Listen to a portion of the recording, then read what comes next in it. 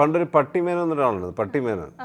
അത് പുള്ളി പട്ടിയെ ഇതുപോലെ സപ്ലൈ ചെയ്യും, സിനിമയ്ക്ക് ആവശ്യമുള്ള പട്ടികളെ സപ്ലൈ ചെയ്യും. പക്ഷേ പുള്ളിയൊരു ഗതികേടെന്ന് പറഞ്ഞു കഴിഞ്ഞാൽ ഫോണിൽ പറഞ്ഞ് മേനോൻ എന്ന് പറഞ്ഞാൽ മനസ്സിലാകത്തില്ല. ഹലോ മേനോനാണ്, ഏത് പട്ടിമേനോൻ അങ്ങനെ ആളുണ്ട്. അല്ല ഉണ്ടായിരുന്നത് പുലി നരസിംഹൻ എന്ന് പറയുന്ന പുലി നരസിംഹനുണ്ട്, പട്ടിമേനോനൊക്കെ ഉണ്ടായിരുന്നു. ചോദിച്ചോ, കേട്ടിട്ടില്ലേ മദ്രാസിൽ? അങ്ങനെയാണെങ്കിൽ തന്നെ അയാളെ പട്ടിമേനോൻ എന്ന് വിളിക്കാൻ പാടില്ല. അല്ല, പട്ടിമേനോന്ന് വിളിക്കില്ല, അങ്ങനെയാ പുള്ളിയാന്ന് അറിയില്ല. പട്ടിയെ കൊടുക്കുന്ന ആളായുണ്ട്. ഞാനാണെങ്കിൽ പട്ടി ട്രെയിനർ മേനോൻ. പട്ടി ട്രെയിനർ മേനോൻ ഇന്ന് മുതലാ പുലി നരസിംഹൻ പട്ടി മേനോൻ.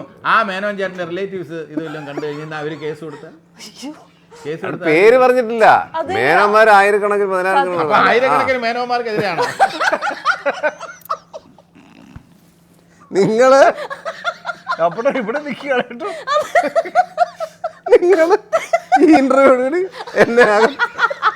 എന്നെ അകത്ത് വിടാണ്ട്